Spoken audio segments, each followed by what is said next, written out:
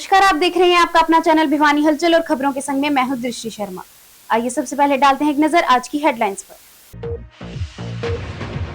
भाखड़ा के पानी पर हरियाणा अपना हक लेकर रहेगा, कहा सांसद किरण चौधरी। केंद्रीय मंत्री मनोहर लाल के जन्मदिवस पर शिक्षा बोर्ड में रक्तदान शिविर आयोजित। कलाकारों की समस्या का समाधान करना सरकार की प्राथमिकता, कहा ओएसडी वीरेंद्र ने। मां बगलामुखी के प्रकट दिवस पर 5 दिवसीय हवन का आयोजन।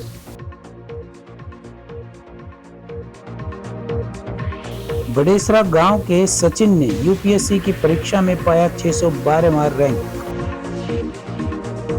और अब खबरें विस्तार से।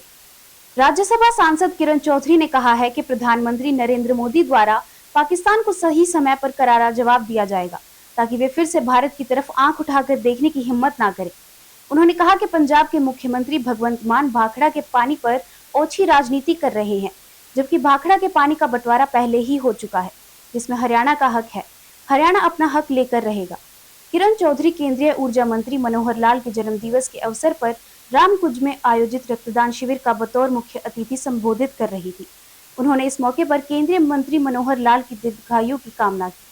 कार्यक्रम को भाजपा के जिला अध्यक्ष वीरेंद्र कौशिक ने भी संबोधित किया। रक्तदान शिविर के संयोजक वीनू अग्रवाल ने राज्यसभा सांसद किरण चौधरी और विधायक घनश्याम सराफ का स्वागत किया। राज्यसभा सांसद किरण चौधरी केंद्रीय ऊर्जा मंत्री एवं हरियाणा के पूर्व मुख्यमंत्री श्री मनोहर लाल के जन्मदिवस के अवसर पर श्री रामकुंज में आयोजित रक्तदान शिविर में बतौर मुख्य अतिथि पहुंची। उन्होंने कहा कि मनोहर लाल का संदेश है कि जो भी काम करो वो राष्ट्र और समाज के लिए करो। मनोहर लाल राष्ट्रवादी और जुबान के पक्के धनी हैं। देश और हरियाणा प्रदेश में उनकी बहुत बड़ी जरूरत है। उन्होंने कहा कि पहलगांव जैसी दर्दनाक घटना के समय पंजाब के मुख्यमंत्री द्वारा पानी पर बेबुनियादी मुद्दा बनाना सरासर गलत है, जबकि पूरा देश इस घटना से स्तब्ध है और पाकिस्तान के खिलाफ एकजुट होकर खड़ा है। उन्होंने कहा कि पंजाब के मुख्यमंत्री को एहसास हो चुका है कि दिल्ली की तरह ही उनकी भी राजनीतिक जमीन खिसक चुकी है। किरण चौधरी ने कहा कि जो भाखड़ा के पानी पर हक हरियाणा का बनता है, उसे वो हर हाल में लेकर रहेंगे। पूर्व मुख्यमंत्री और केंद्र मंत्री श्री मनोहर लाल जी का जन्मदिवस है और उनके जन्मदिवस पर जो है हमारे कार्यकर्ताओं में बहुत ऊर्जा है। और आज जो है 4 जगह आप देख रहे हैं। अभी झज्जर का मैं कार्रवाई जो है वहाँ पर उद्घाटन करके आई हूँ झज्जर में। अब भिवानी में है और भिवानी के बाद फिर तो शाम में है रक्तदान शिविर और उसके बाद महल लुहारू के अंदर है। तो सबको मैं बहुत बहुत बधाई देती हूँ और प्रभु के चरणों में मेरी प्रार्थना है कि मनोहर लाल जी की दीर्घ आयु हो, अच्छी उनकी सेहत हो और आने वाले समय में पूरे देश के लिए, देश हित के लिए वो काम जो है जैसे अभी तक करते आए हैं इसी तरह से और तेजी के साथ करें। निश्चित तौर पे जो है जिस तरह से ये पानी के ऊपर ये राजनीति, घटिया राजनीति मैं कहूँगी, ओछी राजनीति जो करी जा रही है, ये बहुत दुर्भाग्यपूर्ण है। और ख़ास तौर से जब ऐसे लोगों से जो मतलब बहुत ही जिम्मेदारी पदों के ऊपर आसीन होते हैं, मुख्यमंत्री का जो पद है, एक फेडरल स्ट्रक्चर है, वो ये काम कर रहे हैं और ऐसे टाइम पे कर रहे हैं जब ये पुलवामा, ये जो है वहाँ पर पुलवामा कह रही हूँ, पहलगांव जब हो चुका है, सारा देश इकट्ठा हो रहा है और यहाँ पर ये मतलब 2 राज्यों को बांटने के चक्कर में हरियाणा और पंजाब जो है हिंदुस्तान का भिन्न अंग है और इसी के अंदर लड़ाई छिड़ाने की आप बात कर रहे हो केवल अपनी ओछी राजनीति के लिए। इससे ज्यादा और घटिया और गलत बात क्या होगी। किसानों के ऊपर जो है उनको लाठीचार्ज करवाया था, उनकी क्या कहते हैं तहस नहस सबको करा था। तो अब जो है उनको सामने नजर आ रहा है इलेक्शन, तो भ्रमित करने के लिए, किसानों की सहानुभूति लेने के लिए ये काम कर रहे हैं, जब सारे किसान जानते हैं कि ये जो है किसान हितैषी तो है ही नहीं और इन्होंने जो है पंजाब के किसान का भी नाश करा है और ये चाहते हैं कि दूसरों का भी हो। श्री राम उन सत्संग धाम जैसे पवित्र धाम में बना रहे हैं, इसके लिए मैं आप सबको मनोहर लाल जी को बहुत बहुत बधाई देता हूं और कामना करता हूं कि भगवान उनकी दीर्घायु दे, स्वस्थ रहे और लोगों के प्रति सेवा की भावना से काम करते रहे। यही मेरी कामना है इस मंच के माध्यम से और भिवानी के माध्यम से। मातृ प्रतीक रखती है और उनका आशीर्वाद मेरे जैसे बच्चे पर बहुत अच्छा है, जो उन्होंने एक छोटे से समय में, एक छोटी सी नोटिस में उन्होंने मेरे को समय दिया। इसके लिए ये बच्चा मैडम किरण चौधरी का बहुत बहुत आभार व्यक्त करता है और भिवानी वासी भी बहुत बहुत आभार व्यक्त करते हैं कि आप लोग यहाँ आए। साथ में वीरेंद्र कौशिक जी, जो मेरे छोटे भाई जिला प्रधान बीजेपी, उनका भी मैं यहाँ आने पर बहुत बहुत स्वागत करता हूँ। केंद्रीय मंत्री मनोहर लाल के जन्मदिवस पर शिक्षा बोर्ड में रक्तदान शिविर का आयोजन किया गया। आयोजन में मुख्य अतिथि पुलिस अधीक्षक मनवीर सिंह थे। उन्होंने लोगों को रक्तदान के लिए प्रेरित किया। उन्होंने कहा कि रक्तदान करने से शरीर में किसी प्रकार की कमजोरी नहीं आती, अपितु कई तरह की बीमारियां होने की संभावना खत्म हो जाती है। एक रक्तदाता समय पर रक्तदान कर दूसरे का जीवन बचाता है। इस मौके पर शिक्षा बोर्ड के चेयरमैन भी मौजूद रहे। हरियाणा विद्यालय शिक्षा बोर्ड में आयोजित रक्तदान शिविर कार्यक्रम में एसपी मनवीर सिंह ने लोगों को रक्तदान के लिए प्रेरित किया और कहा कि रक्तदान करते रहना चाहिए। ये हमारे शरीर के लिए अत्यधिक जरूरी है और समाज के लिए भी हितमय है।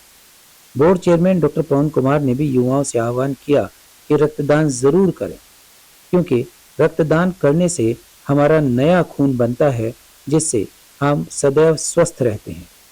इस मौके पर बोर्ड कर्मचारियों ने रक्तदान शिविर में बढ़ चढ़कर भाग लिया। पूरी दुनिया में जो मैक्सिमम डेथ है ब्लड लॉस के कारण और समय पे खून ना मिलने के कारण होती हैं, तो इससे पुण्य का कोई काम नहीं है। रक्तदान से बड़ा कोई दान नहीं है और 40 दिन के अंदर मैक्सिमम आपका ब्लड वापस उतना ही बन जाता है, शरीर बनाता है, अच्छा खान पान रहे तो वैसे तो सरकार भी और सामाजिक संगठन भी सभी मिलकर प्रयास करते रहते हैं।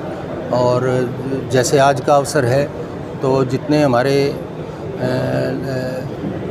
विशेष दिन हैं तो उन पे अगर रक्तदान के शिविर आयोजन किए जाएं, जैसे आज किया गया है एजुकेशन बोर्ड में, तो बहुत अच्छा कदम है और ये लगातार होते रहें तो ये पर्याप्त मात्रा में जो भी हमारी कमी हो पूर्ति कर पाएंगे। आज 5 मई 2025 को हरियाणा विद्यालय शिक्षा बोर्ड, जिला प्रशासन और हरियाणा अनुसूचित जाति आयोग व नवदुर्गा सेवा समिति के सहयोग से और रेड क्रॉस के द्वारा ये आज जो रक्तदान शिविर है उसका ये आयोजन किया गया है। मैं मानता हूँ कि रक्तदान ये सबसे बड़ा दान, रक्तदान महादान है। और ये रक्त का मैं कहता हूँ कि दुनिया की किसी भी जगह पर, किसी भी लेबोरेटरी में, किसी भी अन्य स्थान पर रक्त को उत्पन्न नहीं किया जा सकता। प्राकृतिक तौर पर ही उत्पन्न होता है और इंसान के लिए जो सबसे जरूरी आवश्यकता है वो रक्त ही है। रक्तदान को मैं सबसे बड़ा दान मानता हूँ। और ये आज हमारे जो आप देखते हैं कि किसी भी अवस्था में, बीमारी की अवस्था में या किसी एक्सीडेंट की अवस्था में या किसी अन्य कारण से जब रक्त की आवश्यकता होती है तो एक इंसान ही दूसरे इंसान के काम आता है। तो मैं मानता हूँ ये पुनीत कार्य है। तो इसके आयोजन के लिए मैं हरियाणा विद्यालय शिक्षा बोर्ड को भी, जिला प्रशासन को भी, नवदुर्गा जो सेवा समिति है उसको भी और हरियाणा अनुसूचित जाति आयोग को भी मैं धन्यवाद करूँगा। और आज हमारे मुख्य अतिथि के तौर पे एसपी भिवानी आए हुए हैं और हरियाणा अनुसूचित जाति आयोग से जो वाइस चेयरमैन हैं बड़गुजर जी वो आए हुए हैं और मेरे साथी अधिकारीगण उपस्थित हैं। तो सभी मिलकर आज इस पुनीत जो कार्य है उसके आयोजन के सहभागी हैं। तो मैं सभी को शुभकामनाएं देता हूँ। आज 5 मई 2025 को हरियाणा विद्यालय शिक्षा बोर्ड में रक्तदान शिविर का जो आयोजन किया गया है, यह आयोजन संयुक्त रूप से हरियाणा विद्यालय शिक्षा बोर्ड एवं जिला प्रशासन भिवानी, इसके साथ साथ अनुसूचित जनजाति आयोग हरियाणा और साथ में हमारी जो यहाँ की संस्था है, सामाजिक संस्था नवदुर्गा सेवक जो संस्था है, इनके प्रावधान में लगाया गया है। जैसा कि हम सभी जानते हैं, रक्तदान एक ऐसा पुनीत कार्य है जो न केवल किसी एक इंसान की ज़िंदगी बचाता है, बल्कि इसके साथ साथ हम इस दान के द्वारा यह भी पुण्य कमाते हैं कि सबसे जो वैल्यूएबल इस विश्व का फ्लूइड है वह रक्त होता है। इसे ना तो किसी लेबोरेटरी में बनाया जा सकता है, ना इसका कोई दूसरा सब्स्टिट्यूट है, और केवल एक मनुष्य का रक्त ही, एक इंसान का रक्त एक इंसान में ट्रांसफ्यूज़ किया जा सकता है। तो इसलिए इसका महत्व और भी ज़्यादा बढ़ जाता है, क्योंकि हम सभी जानते हैं कोई भी मेडिसिन हो, कोई भी दूसरा मान लीजिए पोषक तत्व हो, उसका कोई ना कोई सब्स्टिट्यूट अवेलेबल है, चाहे वो केमिकल की फॉर्म में हो, चाहे आयुर्वेदा की फॉर्म में हो, लेकिन रक्त का कोई भी मतलब दूसरा सब्स्टिट्यूट ना होने की वजह से यह अल्टीमेटली एक इंसान के द्वारा ही दिया जाने पर ही किसी दूसरे इंसान की जान बचा सकता है। आज जिस प्रकार से आपको बताया और विदित भी है आप सबको कि आज 5 मई को जो है रक्तदान शिविर का बोर्ड परिसर में आयोजन हो रहा है और ये 4 संस्थाओं द्वारा मिलकर किया गया है। हरियाणा अनुसूचित जाति आयोग, हरियाणा विद्यालय शिक्षा बोर्ड और नवदुर्गा सहयोग संस्था और जिला प्रशासन भिवानी। तो आप सबको जैसा कि पता है कि रक्तदान एक ऐसी प्रक्रिया है जिससे किसी भी व्यक्ति का जीवन बचाया जा सकता है, उसको स्वस्थ किया जा सकता है। और अभी चेयरमैन साहब भी बता रहे थे कि ये रक्त एक ऐसी वस्तु है, एक ऐसी चीज़ है कि जो किसी भी फैक्ट्री में या कहीं भी किसी प्रकार से केमिकल आदि से नहीं बन सकती। ये तो एक व्यक्ति के द्वारा ही एक व्यक्ति को ही रक्त दिया जा सकता है, इसलिए इसकी महत्व बहुत ज़्यादा है। समस्त हरियाणवी पारिवारिक नाटक कलाकार द्वारा पंचायत भवन में कार्यक्रम का आयोजन किया गया। कार्यक्रम के दौरान नाटक कलाकारों द्वारा अपनी विभिन्न समस्याओं पर भी चर्चा की गई। कार्यक्रम में बतौर मुख्य अतिथि मुख्यमंत्री नायब सिंह सैनी के ओएसडी वीरेंद्र बड़खालसा एवं भाजपा राष्ट्रीय परिषद के सदस्य शंकर धूपड़ ने शिरकत की। कलाकारों ने बड़खालसा व धूपड़ को अपनी समस्याओं से अवगत करवाते हुए मांग पत्र सौंपा। कलाकारों ने आयुष्मान योजना के तहत लाभ दिए जाने, सभी कलाकारों को सुरक्षा बीमा योजना के अंतर्गत जोड़े जाने, राजस्थान फिल्म पॉलिसी की तरह यूट्यूबर्स को सरकारी एड मिले, हरियाणा फिल्म पॉलिसी में यूट्यूबर्स की भूमिका रहे, सभी कलाकारों के आई कार्ड बनाए जाने की मांग की गई। समस्त हरियाणवी पारिवारिक नाटक कलाकारों द्वारा पंचायत भवन में एक कार्यक्रम में बतौर मुख्य अतिथि नायब सिंह सैनी के ओएसडी वीरेंद्र बड़खालसा ने कहा कि कलाकार किसी भी समाज में एक बहुत बड़ा संवेदनशील हृदय होता है और तत्कालीन दर्द व समस्याओं को जीवंत करने का हुनर भी कलाकारों को होता है। उन्होंने कहा कि YouTube का प्लेटफॉर्म समाज की विभिन्न समस्याओं को विभिन्न मंचों पर लाने का काम करता है। ऐसे में उनकी समस्याओं का समाधान करवाना सरकार की प्राथमिकता है। उन्होंने कहा कि वे कलाकारों द्वारा सौंपे गए मांग पत्र को सरकार तक पहुंचाने का कार्य करेंगे तथा जल्द से जल्द उनकी समस्याओं का समाधान करवाया जाएगा।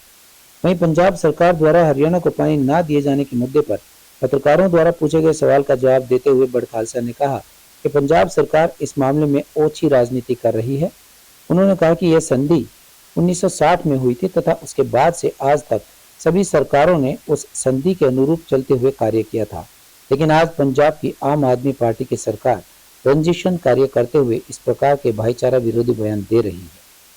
राष्ट्रीय परिषद के सदस्य शंकर धूपड़ ने कहा कि केंद्र में मोदी और प्रदेश की सैनी सरकार कलाकारों को आगे बढ़ाने के लिए विशेष तौर पर कार्य कर रही है तथा कलाकारों की विभिन्न समस्याओं के समाधान के लिए भी सरकार तत्पर है। आज पूरे भिवानी में लगभग 6-7 जगह में जाकर के आया हूँ, तो उसमें प्रोग्रेसिव फार्मर भी मिले, खापों के प्रधानों से भी मैं मिल के आया हूँ और कुछ गांव के प्रमुख लोगों से भी मिल के आया हूँ और अभी कलाकारों के साथ ये मीटिंग अभी चल रही है। तो इसका उद्देश्य है कि कल माननीय पूर्व मुख्यमंत्री श्री मनोहर लाल जी का जन्मदिवस भी है, उसके कार्यक्रम के ही मध्य ये सारा विषय चल रहा है और चूंकि उन्होंने प्रदेश के अंदर जिस प्रकार की शुरुआत की विषयों की एक पारदर्शिता सिस्टम में वो लेकर के आए, तो उनका जन्म दिवस एक प्रॉपर उसके उनके गुणों का ही सारा दर्शन, उन्होंने नशे के विरुद्ध बहुत बड़ा एक अभियान छेड़ा था। तो आज अभी एक फिल्म यहाँ पर चली जो कलाकार, दूसरा कलाकार किसी भी समाज में एक बहुत बड़ा संवेदनशील हृदय होता है और तत्काल उस समय जो तात्कालिक जो दर्द और समस्याएं होती हैं उनका एक जीवंत करने वाला एक प्लेटफॉर्म भी कलाकारों के पास होता है। तो आज उन लोगों से मिला, यूट्यूबर से मिला, जो पत्रकार हैं, जो आज एक तरह से नया एक प्लेटफॉर्म बना है यूट्यूब का और वो लोग पूरा दिन समाज की जो भी समस्याएं हैं उनको उठाते हैं, मंचों पर लेके आते हैं। तो एक सतत एक सामान्य प्रक्रिया है ये, यहाँ कोई विशेष रूप से नहीं आए कि आज हम रविवार को मैं जब भी कभी किसी ना किसी जिले में मैं जाता हूँ तो वहाँ के स्थानीय लेवल पर लोगों से मिलता हूँ ताकि नीचे जो ग्राउंड लेवल पे जो कोई ऐसी समस्याएं हैं उनको केंद्र वहाँ सरकार तक पहुँचा करके उनका समाधान किया जा सके। कुसुमेश्वर महादेव मंदिर में मां बगलामुखी के प्रगट दिवस पर 5 दिवसीय हवन का शुभारंभ आचार्य माई जी महाराज के सानिध्य में हुआ। इस मौके पर आचार्य माई जी महाराज ने बताया कि मां बगलामुखी के बारे में मान्यता है कि उनके दरबार में जाने वाले हर छोटे बड़े व्यक्ति की मनोकामना जरूर पूरी होती है। माता बगलामुखी को जीत का वरदान दिलाने वाली देवी के रूप में भी पूजा जाता है। इस मौके पर कैलाश गिरी महाराज, बाल योगी चरणदास जी महाराज, शोभा गिरी महाराज, हेमंत महाराज विशेष रूप से मौजूद रहे। शहर के सेवानगर के कुसुमेश्वर महादेव मंदिर में मां बगलामुखी के प्रकट दिवस पर आयोजित 5 दिवसीय हवन में आचार्य माईजी महाराज, एसडीएम महेश कुमार, चौधरी बंसीलाल यूनिवर्सिटी के कुलपति दीप्ति धर्मानी, शिक्षा बोर्ड के अध्यक्ष डॉक्टर पवन कुमार, भाजपा राष्ट्रीय परिषद के सदस्य शंकर धूपड़, शिक्षा बोर्ड के पूर्व chairman doctor BP Yadav, Bhajpa के जिला अध्यक्ष वीरेंद्र कौशिक, ठाकुर विक्रम सिंह और प्रदीप चौहान ने पूर्ण आहुति डालकर विश्व कल्याण की प्रार्थना की। इस अवसर पर मां बगलामुखी के साधक माईजी महाराज ने बताया कि माता बगलामुखी 10 महाविद्याओं में 8वीं महाविद्या है। इन्हें माता पीतम्बरा भी कहते हैं। संपूर्ण सृष्टि में जो भी तरंग है वो इन्हीं की वजह से है। यह भगवती पार्वती का उग्र स्वरूप है। ये भोग और मोक्ष दोनों प्रदान करने वाली देवी है। उन्होंने बताया कि इनकी आराधना के पूर्व हरिद्रा गणपति की आराधना अवश्य करनी चाहिए, अन्यथा यह साधना पूर्ण रूप से फलीभूत नहीं हो पाती। सारे ब्रह्मांड की शक्ति मिलकर भी इनका मुकाबला नहीं कर सकती। आचार्य माईजी महाराज ने आगे बताया कि मां बगलामुखी के बारे में मान्यता है कि उनके दरबार में जाने वाले हर छोटे बड़े व्यक्ति की मनोकामना जरूर पूरी होती है। माता बगलामुखी को जीत का वरदान दिलाने वाली देवी के रूप में भी पूजा जाता है। उन्होंने बताया कि आज के हवन में विश्व शांति और राष्ट्र के सुख समृद्धि के साथ पहलगांव में आतंकवादियों द्वारा मारे गए 28 लोगों की आत्मिक शांति के लिए भी प्रार्थना की गई।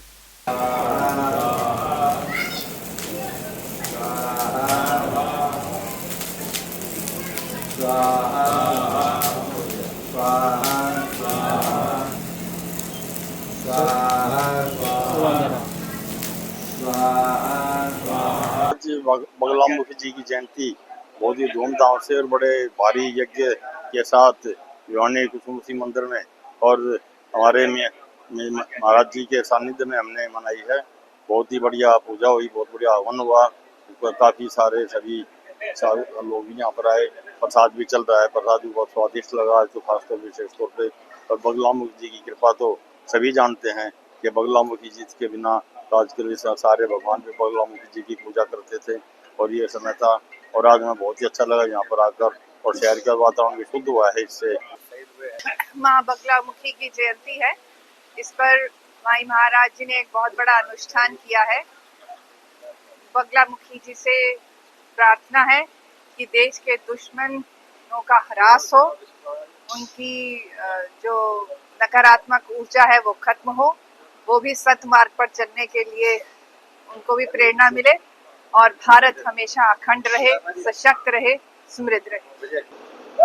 हवन हमारी जो संस्कृति के सनातन का एक बहुत ही श्रेष्ठ कर्म है और आज भिवानी के इस माईजी महाराज की सानिध्य में जो ये महातंत्रोक्त माँ बगलामुखी के जन्म दिवस पर, जन्मोत्सव पर ये तो यज्ञ किया है, यह एक बहुत श्रेष्ठ कर्म है। इससे वातावरण की शुद्धि होती है और शक्तियों का जो है व्यक्ति के अंदर औरा बढ़ता है उसका। इसलिए मैं समझता हूँ कि इस तरह के जो हवन है, यज्ञ है, सनातन संस्कृति के अनुसार होते रहने।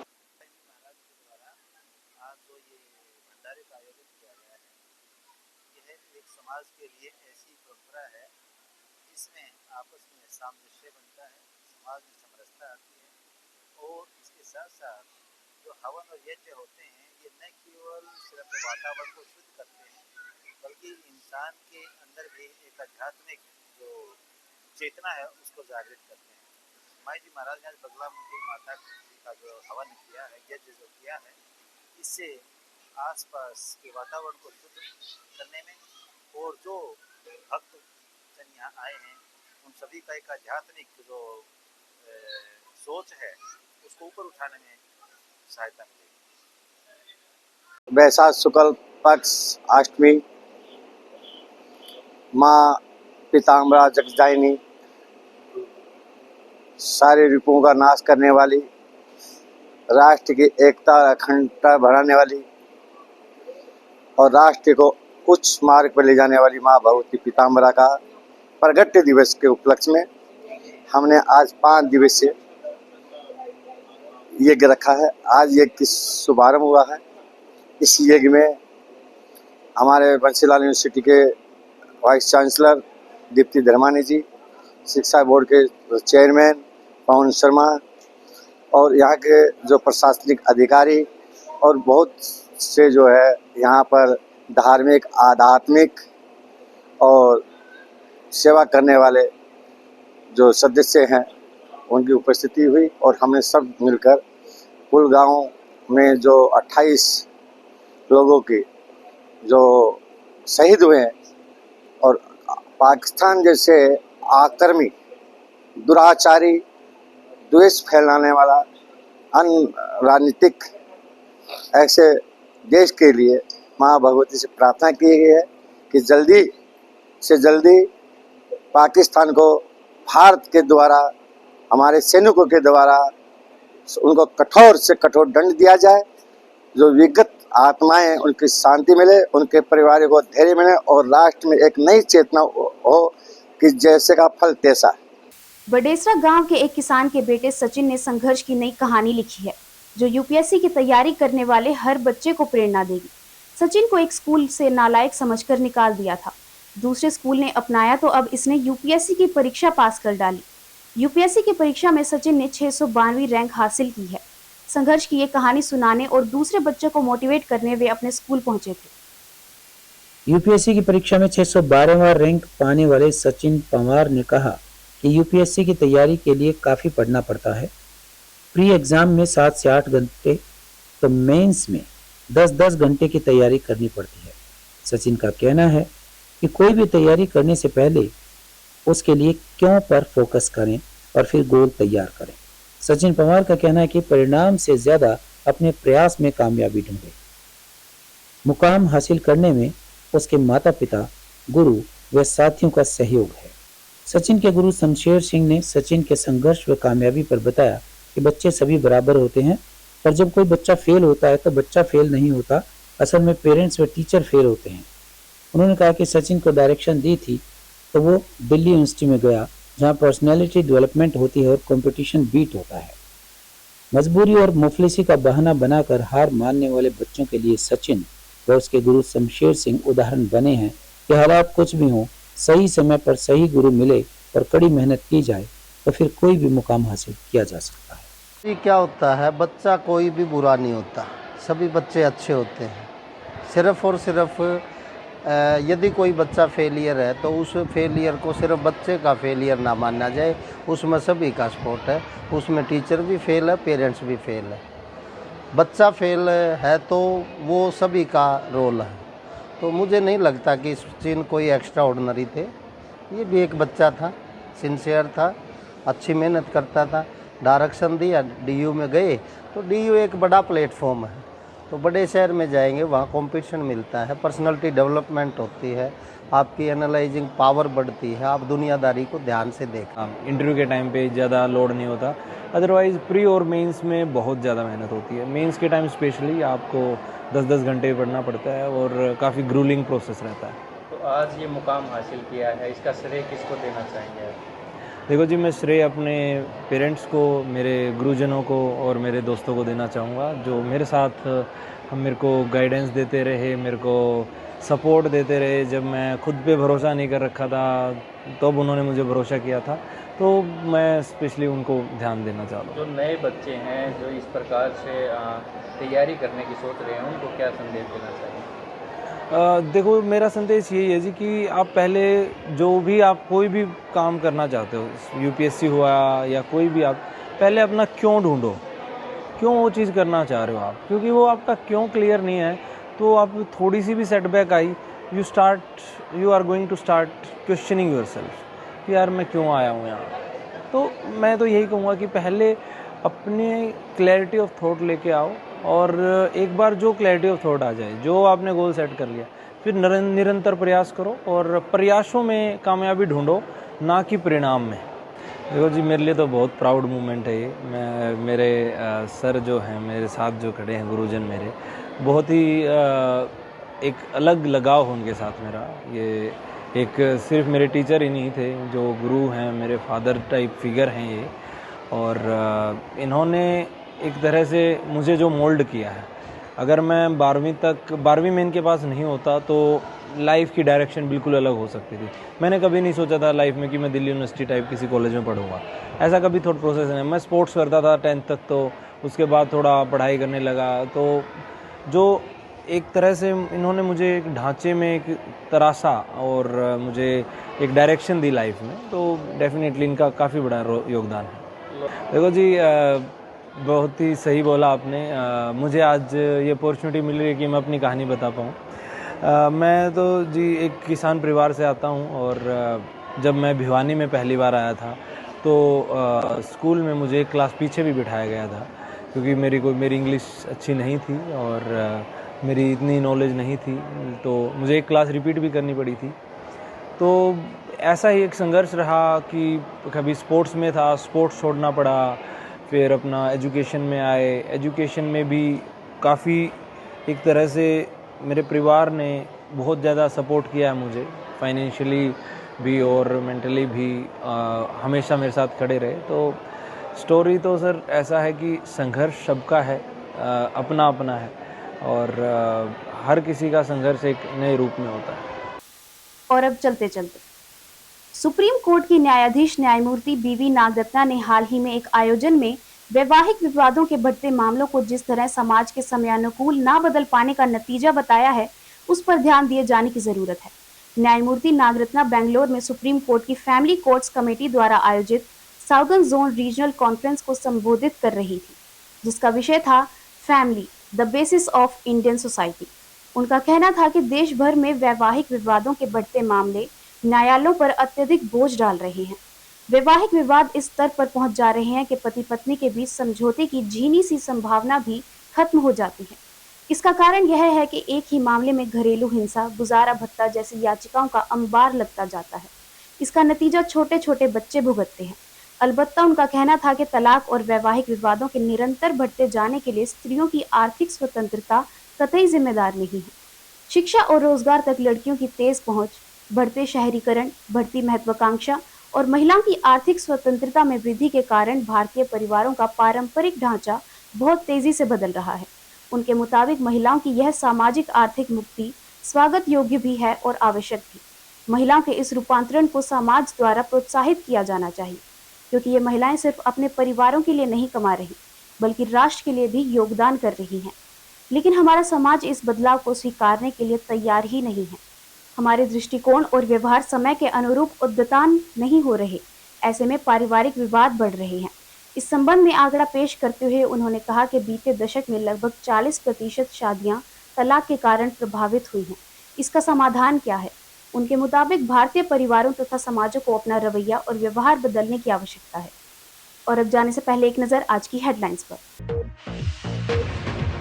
भाखड़ा के पानी पर हरियाणा अपना हक लेकर रहेगा, कहा सांसद किरण चौधरी।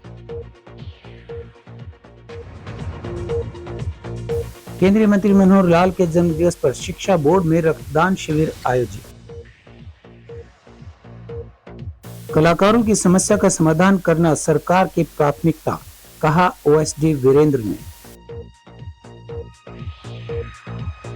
मां बगलामुखी के प्रकट दिवस पर 5 दिवसीय हवन का आयोजन।